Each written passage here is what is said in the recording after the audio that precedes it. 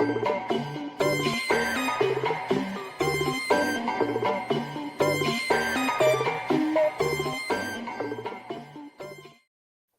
up, everybody? What's up? Welcome back to On the Warpath. It is your boy Sanchez 405 with you, along with my guy William.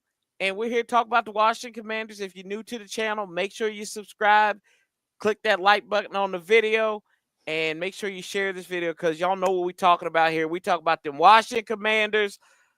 We had a mouthwash game on Sunday.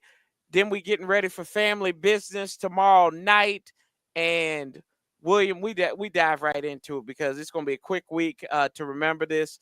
And Pittsburgh, we lose 28-27 in a game that Pittsburgh, I don't think beat us. We beat ourselves in multiple facets. We can talk about special teams, defense, offense. Everybody weighed and had a brunt of this loss. And you and I were talking on here earlier when we were like in our little pre-production, I guess you call it, on the game. And you have a list that Santa Claus would not even read. Yeah. I've got a hate list for some individuals on this team right now. But look, I mean, this is a weird one, Corey. We haven't had to really come on here and talk about a loss for the Washington Commanders too often this season.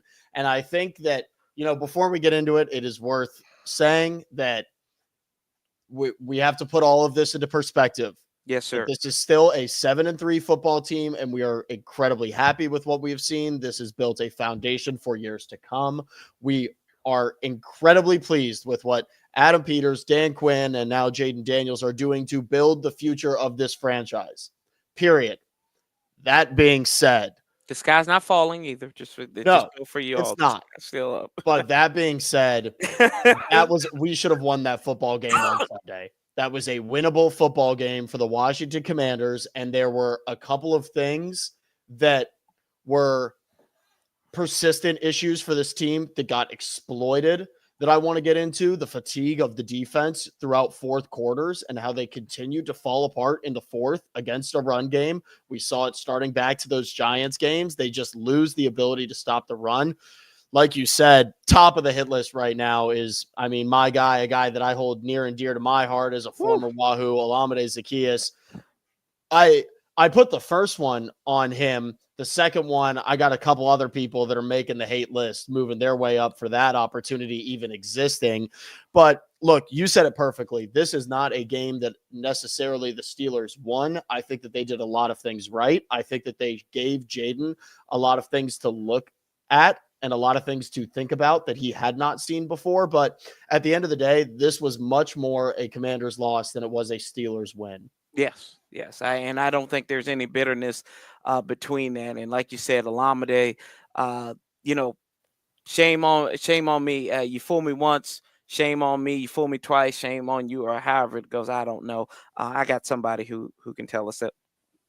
You fool me, you can't get fooled again. And he got fooled again, Corey. Yeah. He got fooled again. Let's start there because it quite literally was where the game began. Yes.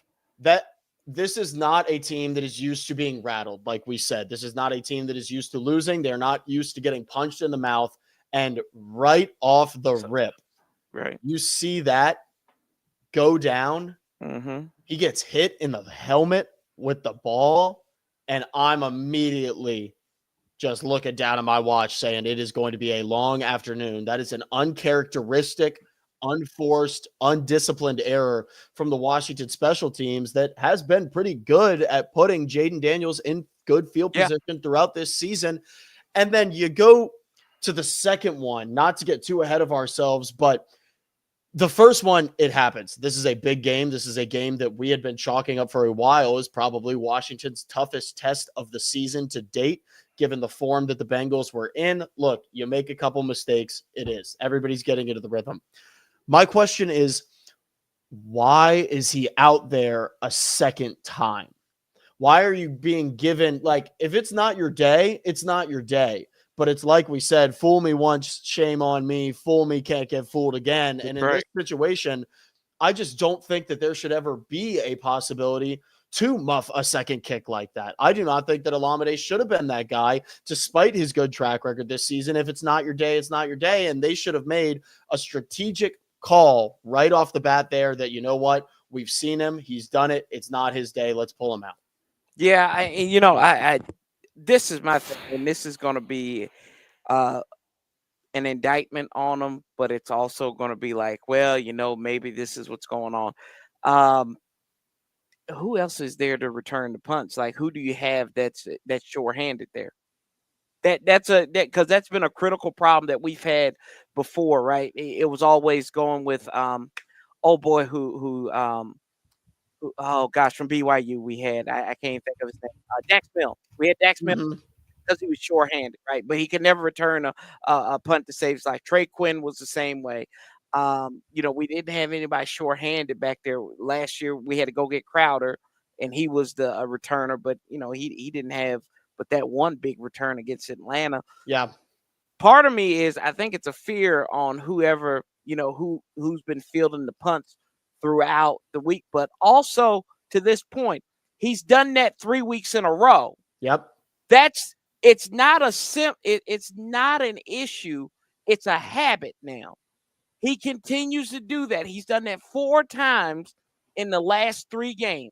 And I will say it took him until this one for it to really bite him back, because that second kick that he muffed that went their way, that I believe was, and we're going to talk about a couple more, but that was a turning point in this ball game where things were seemingly slipping away from the Commanders like sand through your hand. Mm-hmm. It was not pretty. And I understand that, but I guess to backtrack even on my initial point, this is a special teams unit that has been fine. They have done a good job. They have done their job, but have they done anything? Like, has he shown anything excellent? Has he done anything to justify, like you said, with the errors that he's made, that he is that guy? I'm not afraid of taking a flyer and putting somebody else out there with the amount of athleticism that we have and the depth in this receiving core. Hell, throw my guy Luke McCaffrey in there. I bet you he catches that punt. That's another subject we're going to have to talk about too. I ain't worried about him catching punts. I'm actually worried about him catching the balls that are coming to him too. That's yeah. So like I could see, like, I just imagine the joy in your eyes when you knew he was wide open, and then that ball was just a little too far ahead of him because he had nothing. That boy was going to run all the way. He's going to run all the way through Prince George's County, because he was gone at that point. I mean, we were about to see Forrest Gump run his way out of the stadium. Yeah. He was absolutely gone. And look, Luke did not have his day, and I have been calling for it. Washington needs somebody to step up as this true wide receiver 3 option. I think he is a fantastic contender for that role. I think that he has a lot of grit. Sure, he's not the most gifted person, but I will say, like you said, that ball just a little bit off. Mm-hmm. And it felt like throughout the game, we were not seeing the polished Jaden Daniels that we have seen through the first 10 weeks of this season. Whether it be the rib injury, you could see him kind of chicken winging the ball a little bit. He was a little bit behind on some of these routes. The timing was a little bit off. And so I want to get your thoughts on that, because, I think it's easy to attribute it to the rib injury, and he's still not feeling it great. And let's be perfectly clear, the way that he was getting relentlessly pressured by this Steelers defense, that, look, hats off to them. They did a fantastic job game planning for this rookie quarterback, attacking this rookie quarterback, showing him things that he had clearly never seen before, using their best weapons to their advantage. But even on the throws where Jaden did have the time and space to get his head on his shoulders, it just didn't feel like he was quite on his mark. And it was evident in, a multitude of the throws, not just the one to Luke. Yeah, you look at it, and I think that's key right there, is the pressure that they applied to him and made him look uncomfortable for a majority of the game. Yeah, he finished with 202. And I kind of hearkened it to the game we played in Pittsburgh back in 2012 in RG3. They had very similar numbers. Receivers were dropping balls the whole time during that game. I remember I was a senior in college watching that game, and I was like, God, this is just – he didn't do anything necessarily to hurt himself, but and nobody helped him out either. But I think this was the first time he saw a real true 34 defense. Absolutely. And we know that those 34 defenses a little bit quicker when they show that three-man front. You've got those edges set by those outside linebackers. I will give credit where credit is due. They chipped TJ Watt. They helped make Trent Scott's day a little bit easier. Yep. He didn't have a sack. That was good. Also, we're going to give credit to Jaden Daniels. He didn't turn over the ball here. We're not going to slander Jaden. We're not going to slander Jaden. I will say for as much as I'm going to nitpick him, I have a big That's thing. fine. I got a big thing about what we saw from him and Terry McLaurin on Sunday afternoon. Oh, that was beautiful. It's beautiful. Because the relationship. This was uncharacteristic. But I think on your O-line point, yes. And I think Boski does bring up a good point here in the chat that I think that Jaden didn't necessarily have the confidence that he had in this offensive line, particularly at the beginning. Let's look at how sluggish the offense seemed to come out, particularly after that first kick. They got lucky. It was a quick 3 and out. 3 straight 3 and out. Yep. Really? Hold on. Here you go. This is the thing right here. On those first 3 offensive drives, even though we scored after they tried to be disrespectful, the first 3 drives, each drive was 3 plays. We had it was an immaculate inning for us on those in baseball terms. Like it blew my mind when I went back and looked at it. I said, God, we are stinking this up right now. And to your point about the offensive line, Brandon Coleman, Highsmith had a day. And who mentioned Highsmith last week? That was your shout. Yeah, I was like, come on, Highsmith is going to be this guy who's going to come out here, because I felt like they were going to be prepared for Watt, and that's what happened. It was. And I mean, 3 sacks. Let's be perfectly clear. 3 recorded sacks on the day for the Steelers. I do not think that tells the entire story. I think that there are a lot of intangibles that we saw from the way that they pressured Daniels and made him uncomfortable. Let's talk about the way that they basically neutralized his legs in this game, something that he has relied on to make him a true dual threat quarterback all season. He was basically not able to escape the pocket the way that it would close in around him. He was forced to make rapid fire decisions. And yes, his decision making has been sharp, but like we said, he has not seen a defense that can play this well up front and in the secondary. The receivers were not on their game. But with all that being said, I think that what stuck out to me from this offensive performance is that all season long, we have been talking about this offense as a unit and how it has been a sum of its parts and that everybody has chipped in. For the first time this season, we saw superstars be superstars. This was an offense that was not firing. This was an offense that could not really get it together. They were not. Luke McCaffrey was off. Noah Brown was off. De'Ami Brown was off. None of these guys were quite there. No B-Rob. But we saw the 2 superstars of this team, Jaden Daniels and Terry McLaurin, put on their capes and get out on the football field. And I think that despite the loss offensively, I am positive taking away the performance from this group, because we finally saw them almost kind of come into their own as a combination and as individuals this season, saying, you know what, like, I'm a dog. And if you're going to put me in a position, I can strong arm a football game to go my way. Yeah. And Terry did that when nobody else was showing up. It was 5 receptions for 113 yards. He's already, he eclipsed 1,000 receiving yards this season, hasn't he already? Yeah. Like he has been a contributing factor more and more, but this was the first time this season where I think we saw true star power Terry McLaurin show up with a star power Jaden Daniels and make a truly game-changing impact through 4 quarters of football. 6 touchdowns this year. He should have had one. That old man speed caught up to him when Joey Porter got on his back. But, and a bad day for Joey Porter. I did not want to be Joey Porter in the film room come Monday. Yeah. Oh, yeah, he got cooked. But Youngin will learn from it if he's in there. I think I even remember when he got burnt. I said, he's not his daddy. 6 touchdowns. His single season high is 7. He's probably going to eclipse that this year. Knock on wood. We're knocking on it.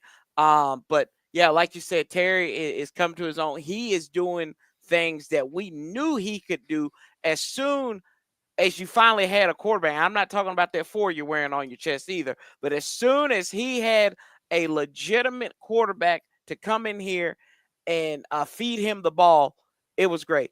The one thing too that pissed me off about this offense is the squandered opportunities, and we've kind of compounded on that. You waste a hell of a kick return by Austin Eckler in the second half that should have led to at least a field goal. And then we also got to give credit to one Zane Gonzalez as well. 240-plus yard field goals in that wind at that stadium, 2 for 2. The young man, he came in there in a spot where he tried out on Friday or Saturday? He tried out on Friday. I think it was Friday. He tried out on Friday, came in there and kicked looking like Chris Cooley in number 47 and darts, straight up darts that proved to be pivotal in this game, making a 1-point game, but he kept us in that game. And a position where Washington has struggled to find the right guy. Hell, but look at Adam Peters. The dude's, well, what do we say? He's 2 for 4. We won't. McManus is doing good in Green Bay, so we'll give him that. But the situation there, and Cade York, you're basically gonna get your draft pick for that. So yeah. We'll say he's 2 for 2 just because we're biased and we're homers. So we'll leave it at that. Let's skip over to the defense a little bit, and the baptizing and the scorched earth and the snow snatching of one Canadian citizen, Benjamin Saint Juiced. His time has come. I mean, at this point, it's basically don't be nice. Don't be nice. I can't even say his name. He is, I mean, he is the just epitome of that kid that you just keep giving chances. You just keep giving chances. You just keep giving chances, and he's gonna take the cookie from the cookie jar. Except in St. Juice's case, he's just gonna knock the jar off the shelf, glasses flying everywhere, because he can't hold on to anything unless it's another team's jersey.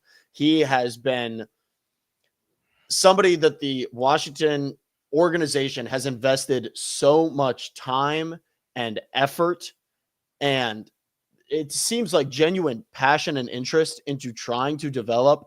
And in every post-game interview, he handles these things gracefully. He says, I'm going to work on it. I'm going to get better. But it's like you said, his time has come. And it clearly, whatever fostering we have tried to do, it is not leading to even adequate performance on the field. It is leading to a subpar performance that is consistently hurting the Washington football organization week in and week out. And it's evident. And every team knows it. Every single team knows that they can openly attack him and that it's just not going to go his way. And frankly, at this point, you're looking at Jeremy Chin, who had a very good game on the ball. I'm glad you mentioned Jeremy Chin. This guy showed up on Sunday.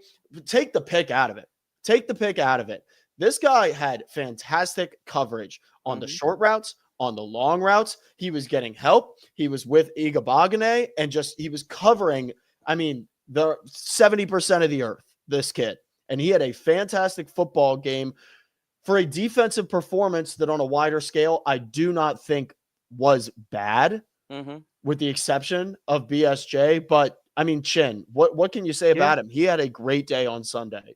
Outside that roughing the passer call, and you could say that was ticky tack, but he went for the head. That's going to be a flag every time. Back to St. Juice though, and this is why I bring that up with Jeremy Chin.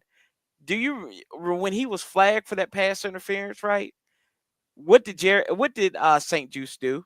Oh my God! He looked around. The fool looked around and was like, "Huh? Oh yeah, it's on him. It's not me." Like that to me. And I know we give him. He does something that I could never do. He does something that you could never do. No, let's play in the NFL. I'm very short of saying that he's trash, that he's garbage. Kevin Harlan says it's the best. He goes brain neutral. He just goes and he does things that's you don't even have to do that. I know Shane Waldron wished he had Benjamin St. Juice probably last week in Arizona. He probably would have still had his job. Yeah. at this point. But he just continued. I'm not saying he's dumb, but he continues to do dumb things. He's like that cousin that's on drugs or alcohol. He's like that drunk uncle. We Mhm. know Uncle Johnny ain't never gonna get right. He said, "Hey, I'm gonna get right," and he could explain you. He could probably tell you everything about Einstein's uh, uh, theorems and everything like that. But he can't get right. He can't get right in the moment, and that's what Benjamin St. Juice is. And I don't know because he had so much promise his rookie year. He had that lankiness about him. I think getting interceptions from a cornerback is overrated at times because if you're getting burnt, Deron Bland, Trayvon Diggs, if you continue to get burned, what is it worth Nothing. at the end of the day? Nothing. And he had those skills. He got hurt, came back in 22. I thought he had a decent campaign, but since 23, it's just like he's been drinking with Jack Del Rio at Wisconsin. No, it's look, no one to hold him, no one to fold him. Have they No. held him for too long? Yeah, but it is time. And look, I will say it's not like Peters is ignorant to this. It's not like Dan Quinn is ignorant to this. They made the move that they needed to make with Marshawn Lattimore. His injury, and we got to get into this when we go preview, but his injury you're is beside yourself. devastating, devastating, because I think that is probably, shoot us in the foot, but they know that he is done. And Right. we are in a bit of a limbo period where we can't take him out. We can't. Nope. Like Forbes has certainly been phased out of this defense in a fairly methodical manner. You notice how we get to rant about him a lot less as weeks go by, just because you don't really see him out on the field too much. But BSJ is in a very, very difficult position. He is just not playing well. He is not living up to the expectations that he has had. It is consistently poor performance. He is not improving. He continues to just talk his talk. Much respect to him. He's a professional, but this guy's done. He's done. He's done. And I want to say that as an isolated incident and get into this with you, because I think with that beside itself, this was a good day from the Washington defense for 3.5 quarters. Yeah. For 3.5 quarters of football, this unit was firing. They were doing what we discussed early. They got to Russ early, and they made him feel it. They were pressuring him and making him uncomfortable, preventing him from getting to a rhythm, which was fantastic. That is what they needed to do. The pass coverage largely was, very strong, especially at the beginning of the game. They were forcing the run when it was not working for the Steelers, like at all. Yeah, Najee. And that was making them incredibly uncomfortable. The ball just kept coming back to the offense. So, hats off to that. I'd say hats off to the D-line, where the way that they were shutting down the run. I said it at the end of last stream. Washington will win this game if they can contain the run. And for 3.5 quarters, they did exactly that. Najee Harris just could not get any turnover in his legs whatsoever.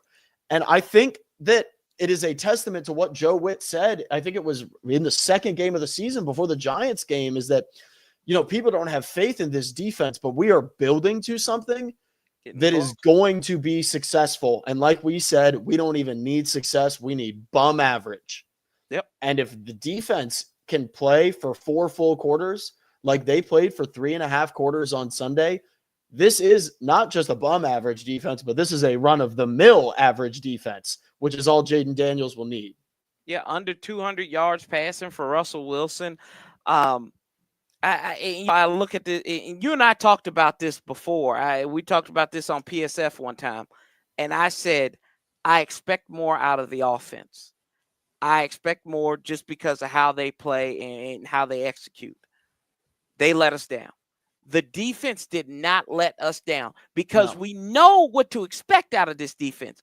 The defense got you a turnover on the goal line that probably shouldn't have happened. They got for you.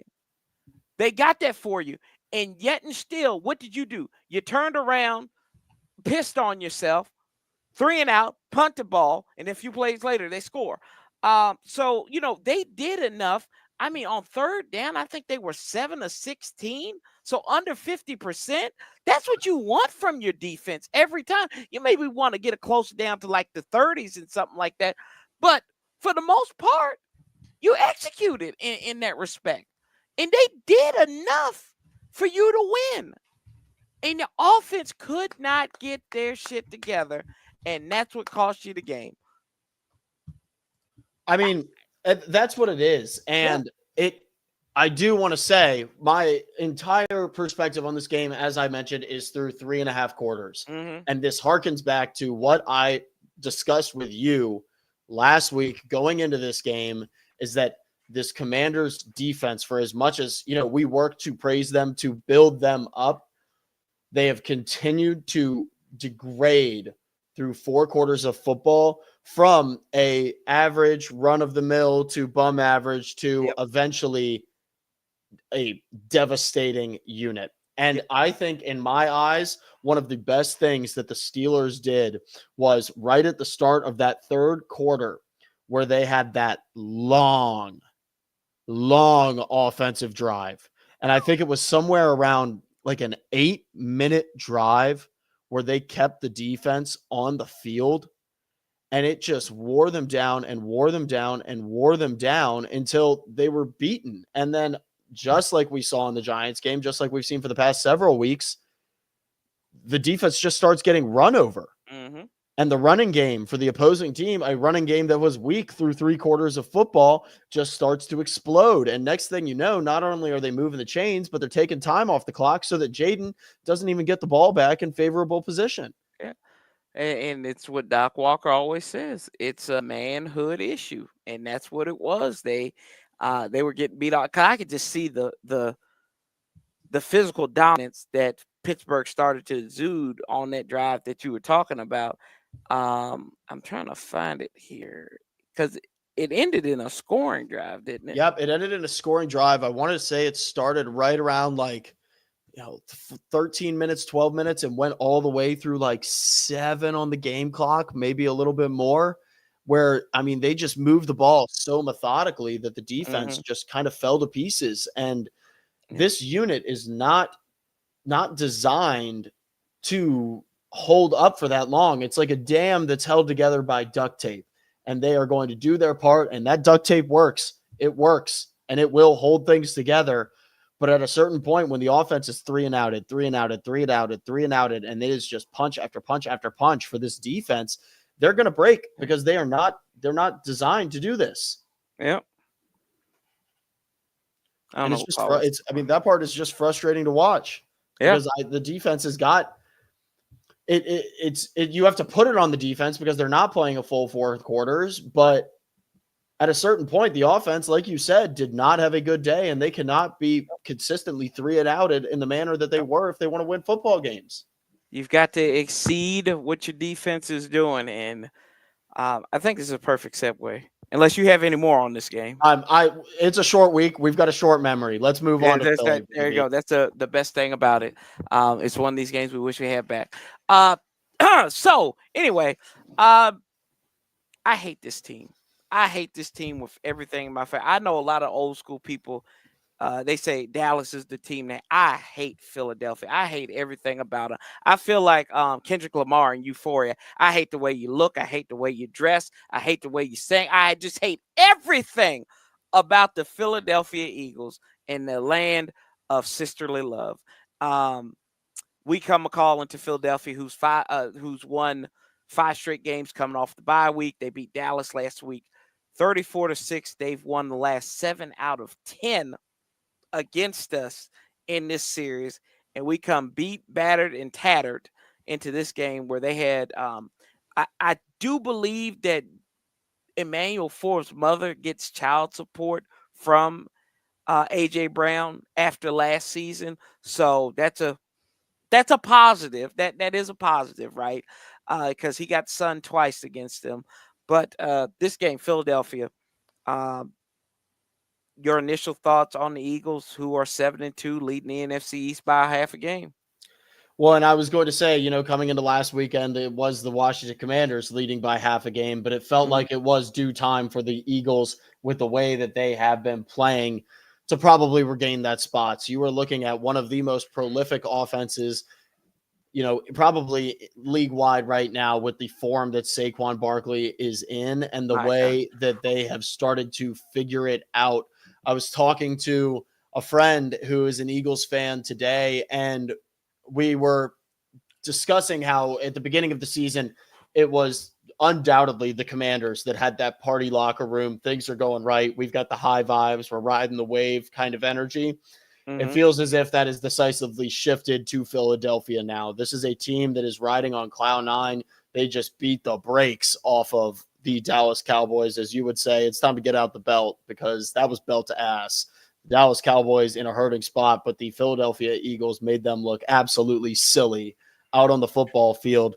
And I mean, frankly, Corey, I have some fears that they could do the same to us. I do not think that it is going to be a blowout. I certainly hope that it is not going to be a blowout, but the manner in which they are playing football right now is frankly unbelievable, and it's encapsulated by what we're seeing Saquon Barkley do on the field.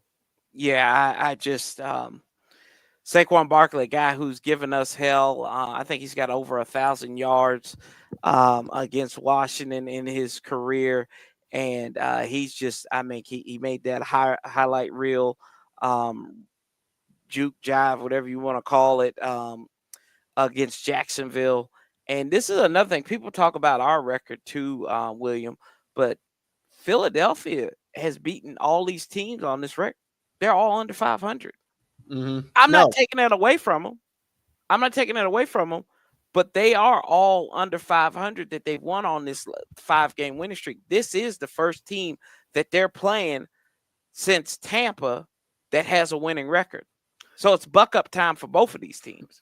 Oh, it certainly is, but I think that in this case, that is going to favor the Eagles certainly a lot more than it will the Commanders because of the shape in which these two teams are going to be coming into tomorrow night. The Washington Commanders, who of course have dealt with, a basically rotating cast of injuries all season long.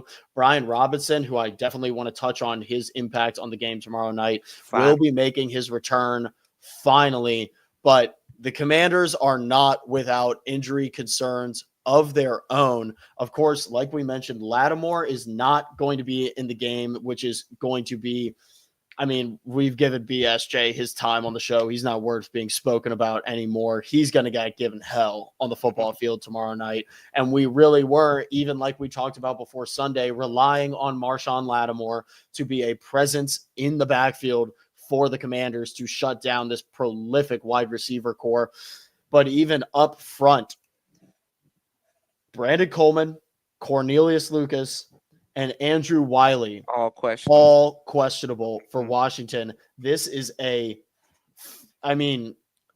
devastating is one word to throw around situation for that Washington front, and could be a real problem coming off of a game where they were beaten to a pulp by the Steelers. Jaden Daniels is going to have his head on a swivel and his legs ready to roll. Yeah, no doubt about that. I mean, and you talk about the defense. Vic Fangio is the defensive coordinator. Nakobe Dean's been playing good ball. He was on the injury list, but he's limited practice, so he should go. They've got Carter down there up the middle too. And just bodies.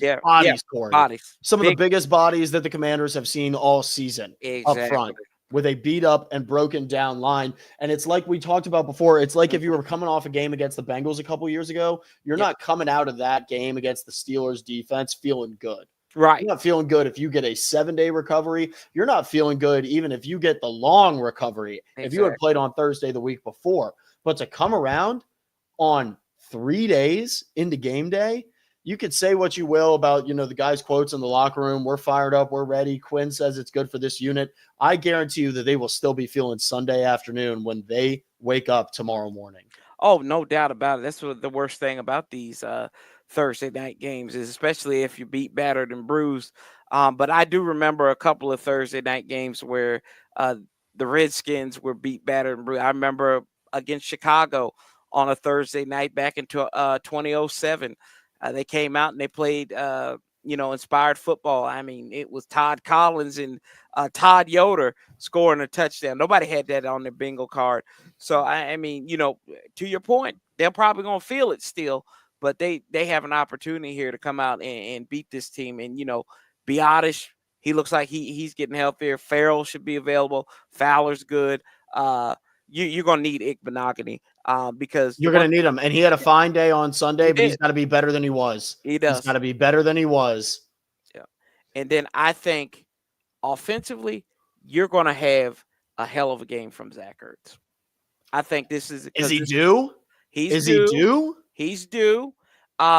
One thing, and going back to that game, the turf at FedEx Field was terrible. Our guys were slipping all over. I mean, it felt like everybody was. It didn't I mean, Ertz also look bad, but I think you're going to have a game. His first game in Philadelphia since he got traded to Arizona. I think old man's going to come out there and play some inspired ball. We've got some guy on there on the other side. I can't think of what his name is. Some guy from Penn State, but I think you're going to see that. And then you get that thunder and lightning combination now with Brian Robinson. You've got that. You've got Eckler there, and now you can mix in. If you run three running backs, you've got Rodriguez, you've got McNichols.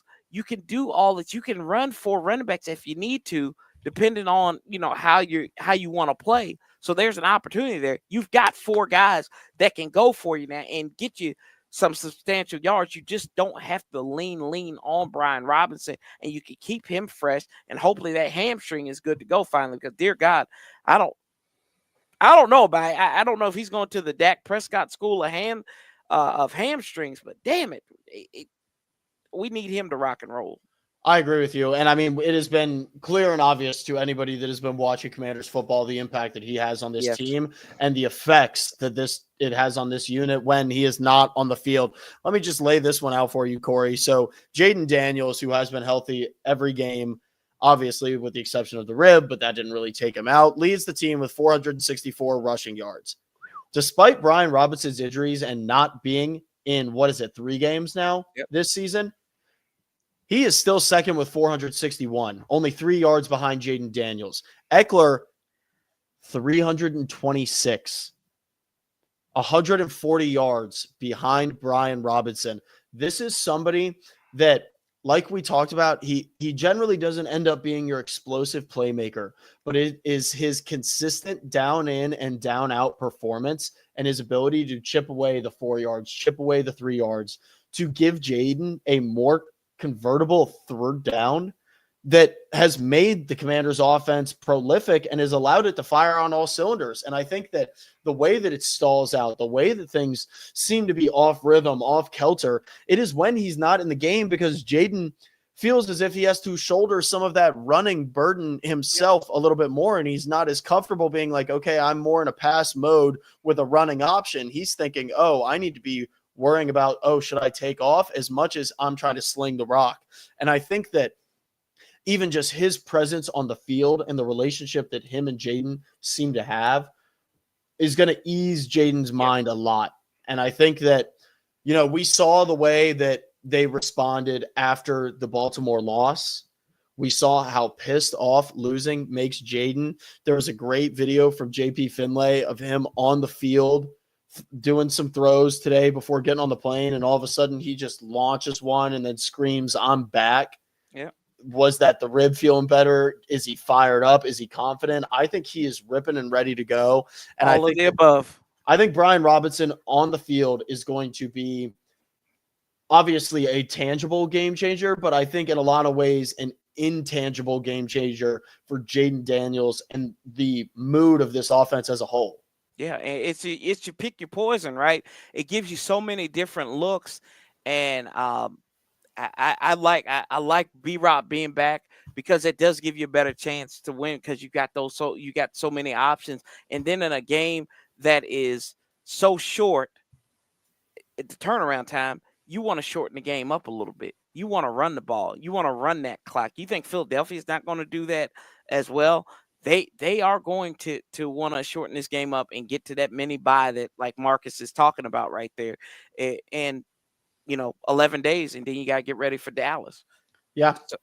So I mean, I'm looking forward to it. I'm glad that he's back. I was reading that on Twitter when he said I'm back. I said, okay, young man. Okay. You have not proved me wrong. You've proven me wrong a lot. So continue to do this.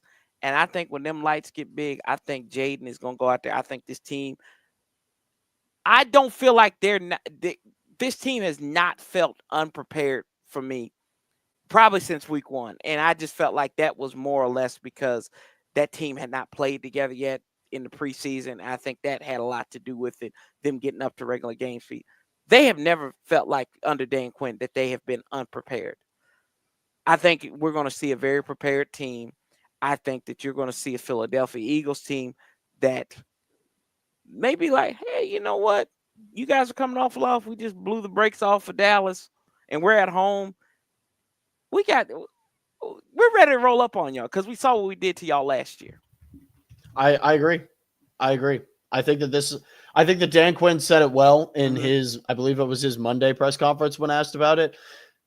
This team thrives off of having a chip on their shoulder, and the short week is almost going to lock them in and allow them to harness that just fire and anger inside of them and get them ripping and ready to go. And I think that the offense is going to come out firing. I think that the defense is going to take what they saw against Pickens and against the Steelers offense that I think in a lot of ways is probably a little bit more similar to the Eagles than other teams that we've played, with the exception of obviously Saquon Barkley being such a game changer in the run game. I'd equate that more to obviously with Baltimore and what we saw with Derrick Henry. But I mean, I agree with you. I think that this coaching staff has shown time in and time out that they are able to game plan and prepare for teams regardless of the time that they are allowed to have. And I think that this week will be no different. It's not like the short week came out of nowhere when they were installing the Steelers game plan. Like we mentioned, a Steelers game that really didn't have much skin for the team. They knew what was coming on Thursday night. I think that they're going to try to carry over a lot of what worked, try to lighten the burden of preparation on these guys and get them shipped up and ready to go for Thursday. Shipping up to Philadelphia. Okay, the moment of truth now. What does Washington need to do to win on Thursday night football? I need a turnover. It has got to be a turnover on defense. They have got to force the matter on Jalen Hurts, who has been good but has not been great this season. 12 touchdowns and 5 interceptions. We're not saying that it's probable, but we have seen them start to generate more turnovers. There have been a couple picks mixed in. Jeremy Chin, I think he's got to show up. I think he's got to be a ball hawk on this field. And I think that if we can get 1, and then you keep your fingers crossed, 2 timely turnovers in this game, give our defense a break and get the offense going with some favorable field position, that is going to be the game changer. And that's what Washington needs to do in order to get a win. Philadelphia, who 2 guys that stick out to you? One on offense, one on defense. I mean, on offense, it's a pick 'em.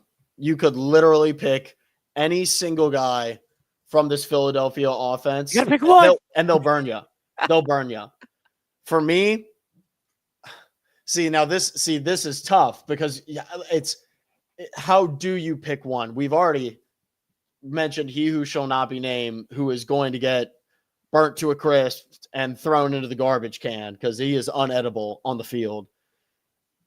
But once again, I think we saw it against the Steelers, and it is what killed us.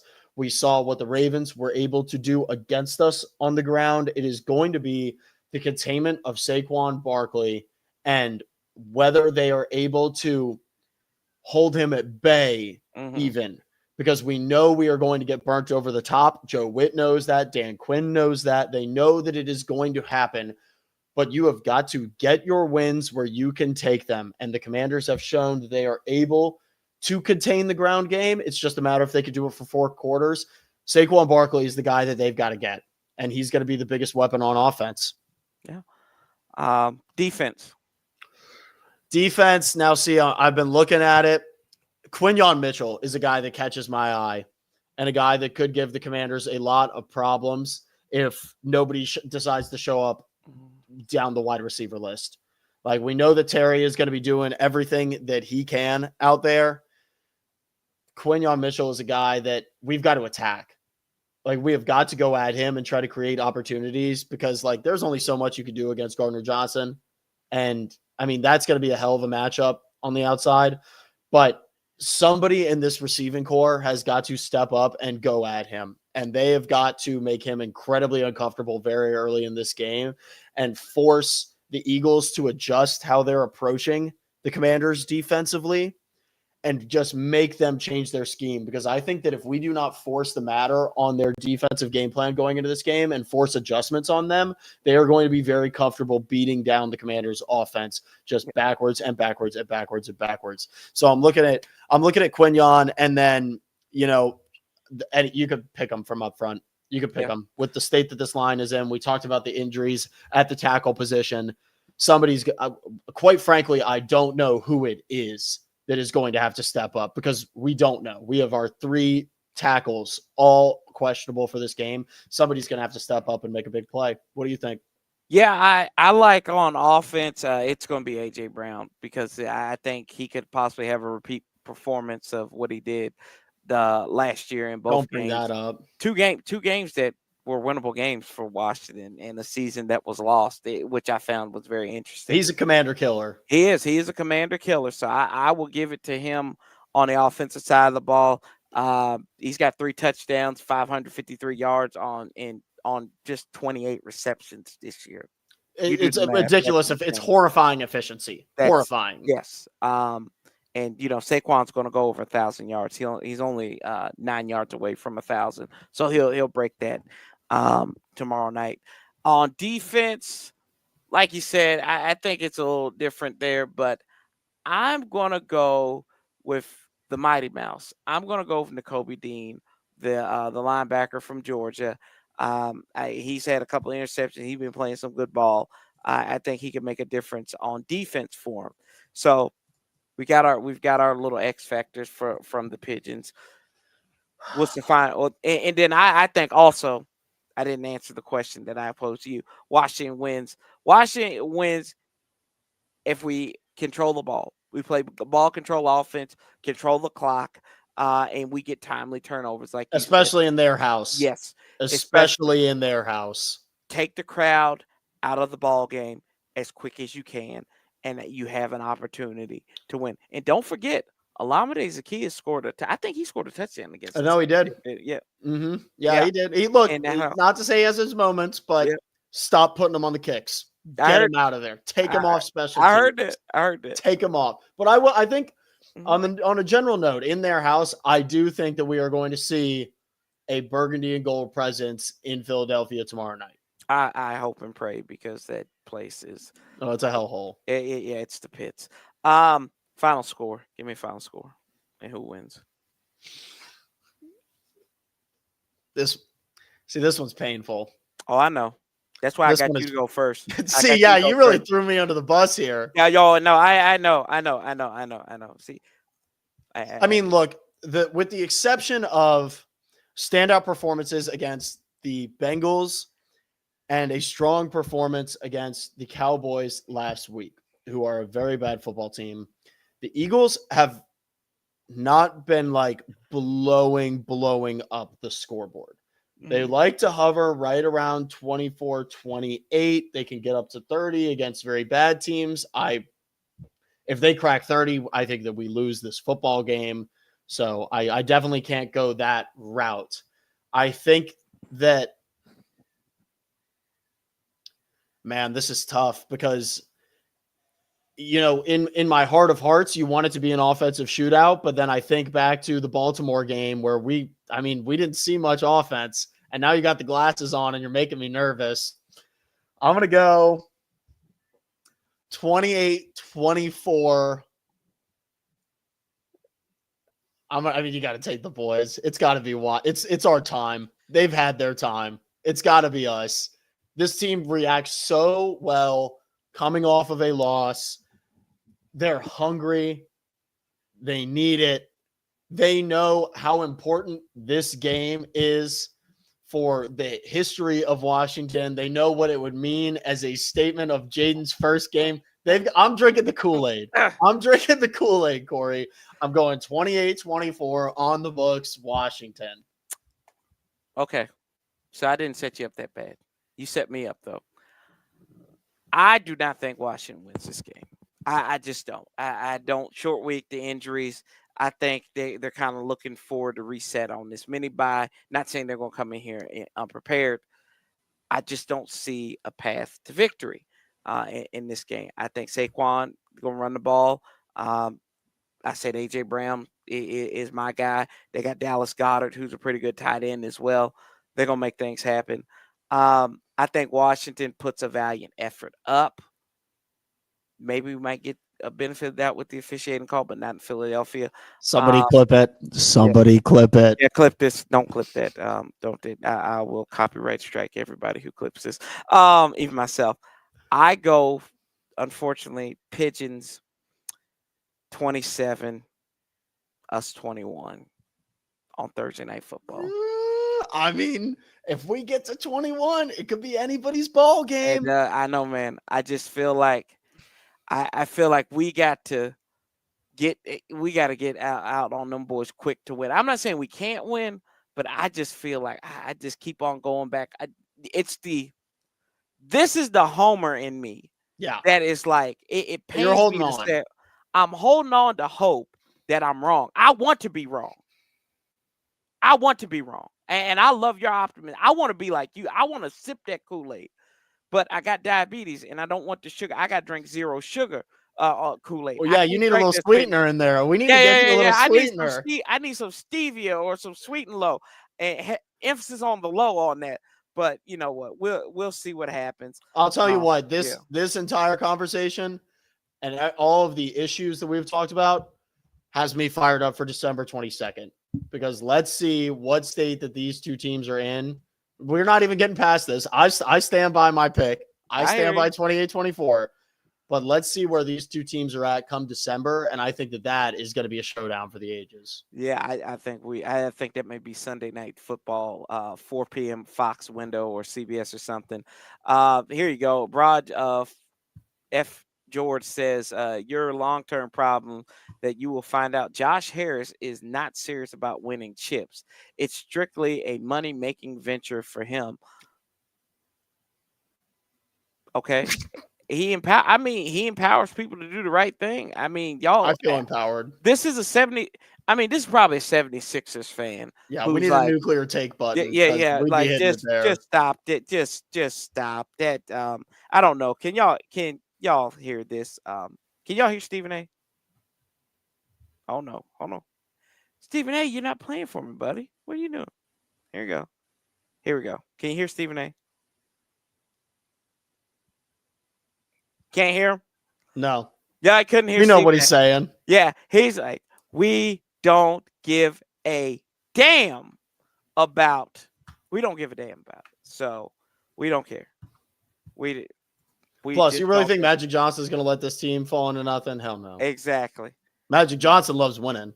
Yeah, exactly. Yeah, he said he wouldn't get on there if winning wasn't a thing. Look at all his teams. He empowers people. I hear you. I mean, from somebody who is going to let Art, man. I like Art's on my team here. I like what Art's cooking up here in the chat. Art also thinks Terry's elite.